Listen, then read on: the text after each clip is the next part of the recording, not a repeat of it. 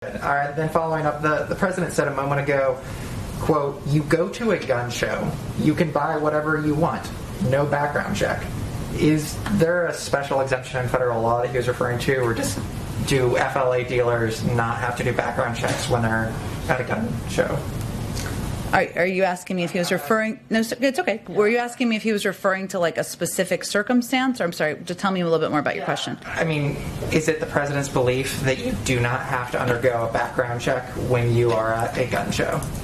No, it's not his belief. He believes that background checks should be universal. Right. He says no background check. Well, we know what his position is, right? So let me reiterate that, which is that gut background checks are something that should be universal. They're supported by more than 80% of the public. He's supported legislation, advocated for that, and advocated against loopholes as well. So that's his position, and I appreciate you asking for the clarification. Most people don't know it. You walk into a store and you buy a gun, you have a background check. But you go to a gun show, you can buy whatever you want and no background check. But no amendment to the Constitution is absolute. You can't yell fire in a crowded movie theater. We call it freedom of speech. From the very beginning, you couldn't own any weapon you wanted to own.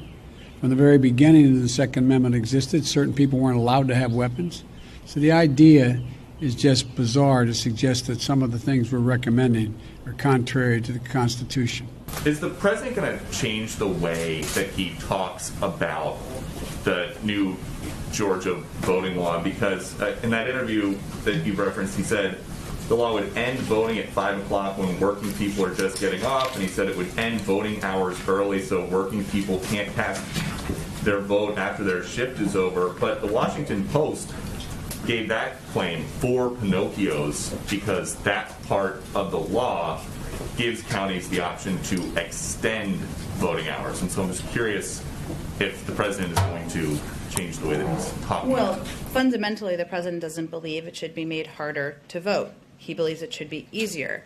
And this bill makes it harder to request and return an absentee ballot. It collapses the length of Georgia's runoff election, making it harder for large jurisdictions to offer early voting. It imposes rigid new restrictions on local officials' ability to set polling hours to suit the needs of voters in their county. Those are all pieces of the bill. So his view is that we need to make it easier and not harder to vote, and that will continue to be what he advocates for. But the thing he said has been determined by election law experts to be not true.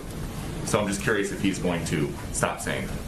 Well, again, I think we can, the fact checkers will also tell you that this bill does not make it easier for people across the state of Georgia to vote, and that's where he has concern.